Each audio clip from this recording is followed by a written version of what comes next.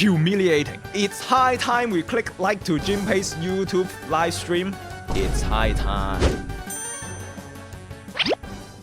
好啦，Hi YouTube，嘿嘿。你哋好，我相信大家如果係真係有望 Thread 嘅話咧，都應該係已經見過某一啲嘅 post 咧，係咁使好多好多。你講緊啲咩呢？就件事嘅發生呢，其實就係一個 Thread 嘅用戶呢，佢就話就台灣中學生科展抄襲一事有感啊！呢個係一個某班香港名校中學生喺第50屆日內瓦國際發明展攞銀獎嘅 project 嚟嘅，而由 poster 大家都好容易睇得出係一個 GPT rapper 嘅 web app 啊，冇咩 LLM 科研可言啊！LLM 就識。LLM 係咩嚟 ？LLM 係咪 Large Language Model 啊？有冇人幫到兄弟啊？通過學習大量嘅文本數據嚟掌握語言嘅結構同埋含義，從而能夠執行各種自然語言咁樣去處理任務，專門用於理解同埋生成人類嘅語言。以我哋呢啲唔識嘅人嚟講，就咁話係 AI 咯。佢話佢嘅目標唔係要攻擊呢一啲嘅中學生，而係想講呢啲科展根本好多時都只係富家子弟嘅玩具。好多時大家都知道，中學生根本做唔到啲乜嘢出嚟啊，就會有3個情況：一 supervisor 做晒佢；2抄 paper； 3做呢啲 rapper。用一啲白話文嚟講，就係佢嗰個 project 基本上就係用 AI 去配藥咁樣咯。佢只係想揭露呢一個科展呢，從來都唔係一啲真正科研可以得出一啲結論嘅東西嚟嘅，多數都只係富家子弟係為威為攞嚟玩，攞嚟 present 一啲唔係由自己嗰度整出嚟嘅嘢。咁然之後佢出完呢一個 post 之後呢，佢話雖然肯定會收到律師信，但係我真心話就係我唔相信呢一個係連 personal GitHub profile 都冇嘅中四學生可以親手做出嚟嘅 project。大部分 Year 4 CS 同埋好多 senior developer 都未必做到咁成熟嘅 architecture， 成件事實在太sus。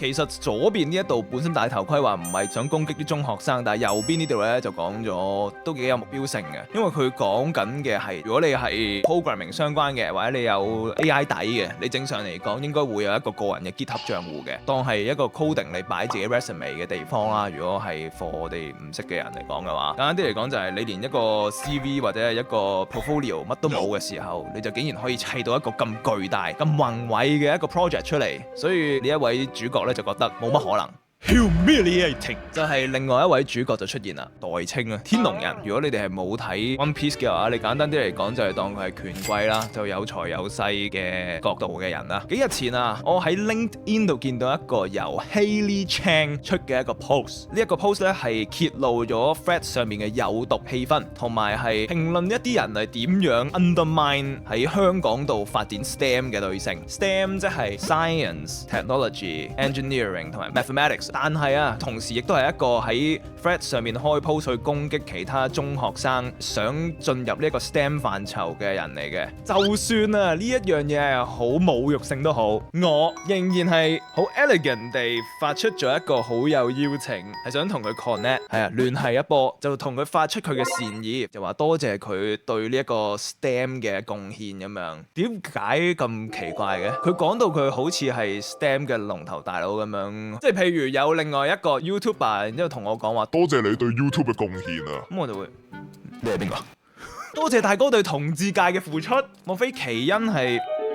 唔需要問太多。Anyway 呢個我個人睇法嚟嘅啫。下一個 What makes this so humiliating is that 天龍人覺得呢一個女性咧，不如俾個名佢先 ，Google 女啦，容易啲記，絕對係冇 belittling 喺入邊嘅嚇，佢純粹係同 Google 有關嘅，即係佢話佢研究過 Google 女嘅背景，然之後知道 Google 女之前有被其他人喺 Thread 上面話佢因為靠樣先至有而家呢一個知名度，又或者係呢一個 achievement 咁樣，即係佢話緊 Google 女雙標，一路話自己俾人 undermine 咗，但係同時又講緊呢一啲中學生係有啲乜嘢問題咁樣。繼續，佢話佢接受任何嘅相反意見同埋批評嘅，佢係唔允許任何人係睇少佢放入去嘅心血結晶喺入邊。It's high time we put a stop to this toxic trend。係時候我哋要將呢一個有毒嘅風氣停止落嚟啦。咁呢，其實而家基本上90%嘅網民都已經係好清晰地知道佢將一個好基本嘅批評發大咗。第一，本身左邊呢一度呢係冇講任何人㗎，仲戴咗頭盔先。先，目標唔係要攻擊個中學生。雖然佢右邊話呢一個乜嘢 profile 都冇嘅中四學生應該做唔出啲咁嘅嘢，但係總之點樣都係冇開名嘅。而天龍人呢，就直接係喺 LinkedIn 度 tag 咗佢，就有啲奇怪嘅。第二樣嘢就係將 Google 女想揭發呢一個制度嘅不公呢一樣嘢，變成咗係對女性喺 STEM 上面嘅打壓。咁呢一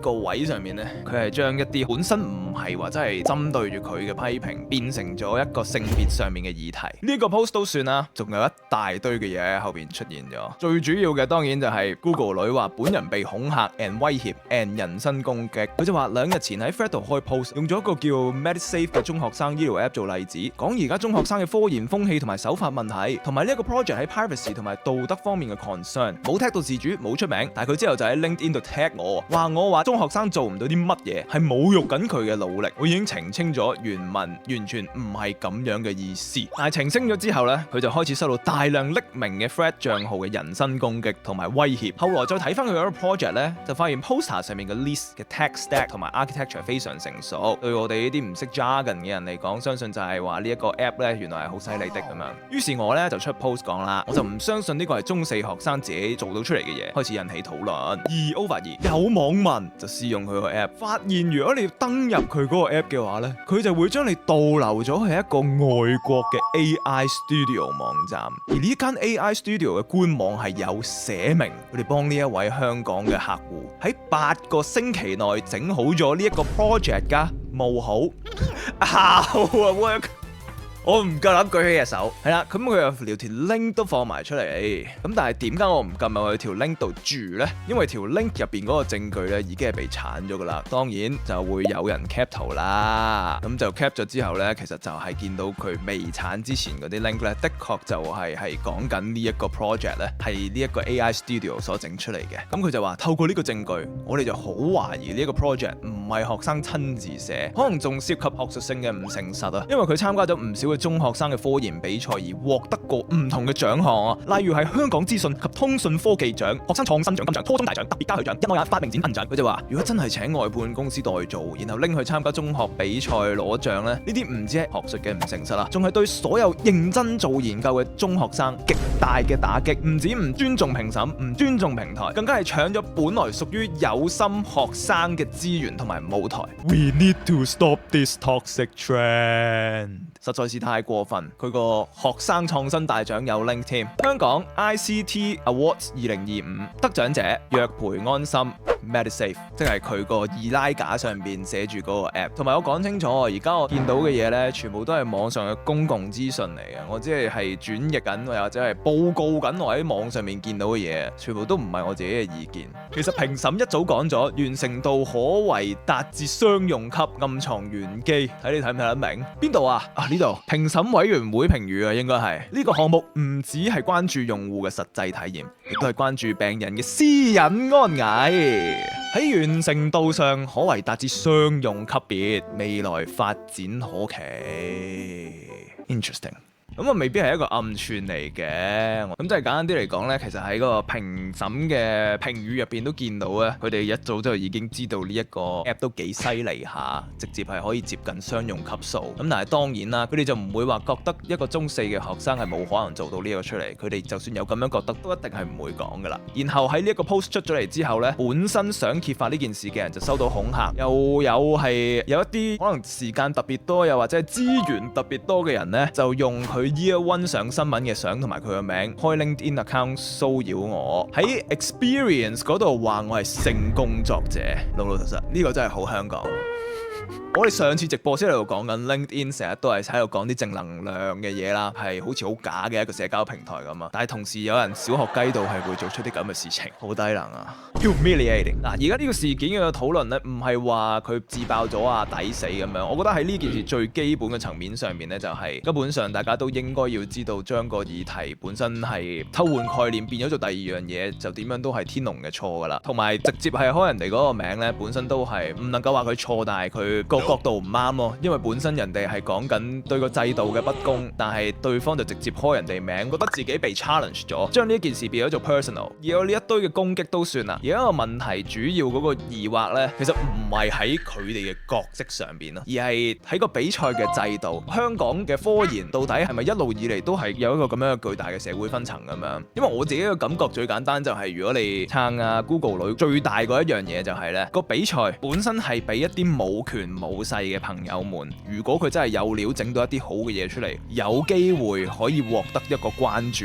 繼而係爬上呢一個 ladder。但係如果呢一啲嘅比賽本身已經被呢一種有所懷疑嘅作品去攞晒獎嘅話，就的確係直接咁樣剝奪咗佢哋喺呢個社會上面向上爬嘅機會咯。天龍人同埋普通人嗰個差距永遠都被禁止咗，冇人可以爬得過咯。認真咁樣諗係幾殘忍同埋幾灰暗噶，即係現實上面啦，可能會有好多支持天龍女嘅人話：喂，個制度不嬲都係咁噶啦，喂，有資源就係咁噶啦，即係個現實係咁，唔代表係啱噶嘛，唔啱就係唔啱噶啦。而家個吹哨者 Google 女就係想改變呢一樣嘢，所以先講出嚟，但係你就同佢講係咁噶啦，係有啲問題嘅。你要改善呢一種制度嘅話呢，你係要從第二啲方法去改善個制度。如果你係制度入邊嘅人呢，基本上你係改善唔到個制度啊。一就係如果你係制度入邊，你係既得利益者嘅話，你唔會出嚟改善個制度。第二就係如果你係制度入邊嘅人，但係你唔係既得利益者嘅話，即係你係個制度入邊嘅衰啲講啊 loser， 你提出呢啲問題嘅時候，人哋就會覺得你係咪想為咗自己去爭取權益呢？亦都係解決唔到呢一樣嘢。所以而家個情況就係 Google 女呢係一個制度外嘅人嚟嘅本身，而佢提出咗呢個問題，佢作為一個 whistleblower 呢，我覺得係幾好嘅呢一個身份。係咁㗎啦，其實係難聽過粗口，冇錯啊，係咁㗎啦，呢一樣嘢係你接受啦咁樣嘅意思。你哋覺得係咪佢覺得自己被攻擊，然之後出咗一個咁樣嘅 post 啊 ？Chat 天龍人 IQ100識得用性別議題去攻擊對手，係呢個都係我頭先嗰個疑惑，就係如果佢係真係自己打嘅話呢，我諗嗰個心態的確本身係想將呢一樣嘢 spin 去性別議題度 ，which 係我覺得都幾擔憂。中四就已經想用呢一個性別議題去淡化問題嘅焦點，一就係好叻，二就係好令人不安咯。係啊，仲有另外一樣嘢都未講，就係病人嗰個私隱問題，因為本身呢一樣嘢佢係個 app 度有講到明，係用咗好多病人嘅實例去做佢嘅 data 嘅。咁一個中學生點樣可以拎到一堆病人嘅實例去做 data 呢？咁就有更加多嘅網友們騰楞瓜瓜楞騰咁樣去揾下，就揾到天龍人嘅爸爸，原來就疑似係香港嘅一個知名嘅醫生嚟嘅，可能就因為呢一個原因就收集到咁多嘅病例咯，完全唔會講係邊個噶啦，係啊，我係唔知道嘅。但係我哋如果預設呢個係真事嘅話呢，擔心嘅位置就係有機會呢一啲確切嘅案例係真係冇授權嘅，咁呢一樣嘢就係一個嚴重嘅病人私隱問題啦。可能個醫生做 research 批咗 ethics 去收病人嘅 data， 收咗用嚟做自己嘅 research 就有 consent， 但咁啱個女有做 STEM 比賽就順便俾埋啲 data 佢做 AI。係啦，嗱，我哋呢度已經係完全係喺一個猜測嘅領域㗎啦，講清楚先啦嚇。有好多人呢，即係可能佢哋跟得好足啦，日日上住 Thread 嗰啲，佢哋係直頭係當刻呢係見到啲人買水軍去攻打呢一個 Google 女，我自己就冇睇到嘅，同埋我都唔想睇，一定係好負面，所以我只能夠講喺 Google 女嗰個角度度呢，而家應該係承受住都幾大嘅壓力嘅，係辛苦嘅。雖然佢咁辛苦，但係其實我都唔係話好認同佢講嘢嘅操作嘅。有好多人呢，幫唔落佢嗰個位，就係話佢嘅態度唔好，即係喺呢件事上面嘅話，我嘅立場係會係幫佢。但係我自己嘅角度呢，我係好唔中意覺得自己啱就係可以好大支嘢呢一樣嘢嘅，因為冇人攞出證據去指證你錯之前，冇人係會覺得自己錯，即係基本上本身每個人都係會覺得自己係啱。如果喺你覺得自己啱嘅時候，你就會好串嘅話，咁即係你其實90%時間都係會好串。所以我自己咧喺個態度上面我係幫唔到嘅，但係態度上面有問題唔代表佢錯啊，我講得好清楚啊，我覺得佢係喺呢件事件上面係啱嘅。人均口吻啊，阿月嘅意思係咪係咁㗎啦？佢嘅意思係，即係可能賴少少平時自己睇開啲嘢啦。有冇聽過 Nepo Baby？Nepotism 簡單啲嚟講就係裙帶關係咯。其實不嬲都有人提出呢一樣嘢係對個社會係好有害啊。裙帶關係係指喺某個職業或者領域中向親屬授予優勢、特權或者係地位嘅行為。領域係可以包括商業啦、政治啦、學術啦、娛樂、體育、宗教、醫療保健。其實成件事係 Nepotism in the act。但係我自自己嘅感覺就係 nepotism 係發生緊好耐嘅事情，但係我唔覺得 nepotism 就可以抹殺咗一個人嘅努力咯。所以本身如果天龍人唔將件事拉落去性別議題度嘅話，你齋講 nepotism 話想抹殺佢自己嗰個努力嘅話呢，可能都仲有少少講得通。因為而家個情況就係天龍人其實唔係冇料，但係佢喺呢樣嘢上邊錯咗。如果佢用呢個 nepotism 所得翻嚟嘅資源去得到更加多嘅 exposure， 令到佢嘅仕途上邊暢順咁樣行走呢，其實係一路以嚟都發生緊嘅事嚟嘅。佢唔係錯嘅添。咁你喺呢個資本主義嘅社會之下，如果你係有資源嘅話，就係活得開心啲噶啦。如果你阿爸阿媽係有錢嘅話，你出世就一定係開心啲。呢個係事實嚟嘅，亦都唔係一個錯嘅嘢嚟嘅，而係個制度導致呢一樣嘢係咁樣運行嘅。可能講外國嘅例子，唔知你哋識唔識 Will Smith？Will Smith 個女，Will Smith 係咪 not talented 咧？我唔覺，佢啲歌幾好聽。咁呢一樣嘢係咪代表佢靠 nepotism 有更加高嘅知名度，所以佢就唔值得佢而家嘅成就呢？唔係噶嘛，喺 nepotism 上邊有一個 exposure， 唔代表佢嘅作品係唔應該被重視咯。而家個問題只係，如果係請槍嘅話，本身就係唔啱。兔仔叔叔話冇料嘅話，都食唔到裙帶關係嘅好處啊！認同，即係如果你個人係好似我咁嘅爛泥扶唔上 back 嘅，即係譬如我有一個做 coding 嘅老豆嘅，例如好似 private software 咁樣，我老豆係暴雪嘅高層嚟嘅，但係如果我係完全唔識 coding 嘅話，我都唔會可以出到一隻自己嘅 game。即係如果你係真係冇料到嘅話，你係食唔到裙帶關係為你帶嚟嘅紅利嘅。我覺得講真話嘅時候更需要態度，尤其如果目的係想令自己認為正確嘅事產生影響力，俾更多人接收到。認同，相信你，我都係好認同。認同你嘅想法同價值判斷。喺你如果要散播自己個想法嘅時候，你更加應該要令到更大部分嘅人係想聽你講嘢咯。如果你個人好串嘅話，你咪只係會令到想聽你嘅人少咗咯。呢一件事本身係 counterproductive 噶，所以喺 Google 女嘅回覆上面呢，即係串唔串係佢自己嘅個人選擇啦，亦都係冇錯啦。同埋的確係一定會有一啲完全冇邏輯嘅人會捉住態度唔好嚟攻擊嘅，即係佢哋會話，態度咁差嘅唔同你講嘢。尤其是係亞洲嘅社會啦，我諗10個入邊有9個都會同屋企人嘈嘅時候，你嘈完之後同佢講一啲好有道理嘅嘢啦，佢駁你5刀啦，你家長同你講，你而家咩態度啊？我係個一個，我屋企人係唔會同你講呢啲嘢嘅，係啊。但係成件事就可能由一個好簡單想踢爆呢個制度嘅不公，就變成咗另外一邊嘅自爆，引出咗好多深層嘅議題，就正正係好似我上次只係想踢爆人哋抄襲，但係就拉出咗個逃犯出嚟。但係個事實呢，現實上呢，我覺得都係會同我呢一個差唔多。我都掹住咗半個逃犯隻腳啦，連佢哋間公司喺邊度住邊度都知啦，有春用咩？個制度唔改變嘅話就冇用噶啦。所以係真係要 focus 翻喺制度改變上面，而唔係攻擊佢哋任何一個人咯。點樣改變？唔係喺 Threads 上面開下 post 就可以改變到。例如係而家嗰個 award winner 嗰一個頁面仍然係冇取消到嗰啲獎項啦。例如係相關嘅機構係冇就事件作出過任何嘅回應啦。所以喺個事實上面呢，未有任何嘢發生緊。政府宣布調查，有啦，做嘢啦，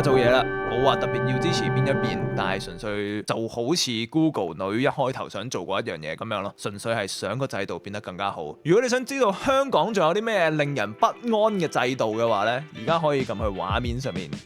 一條片。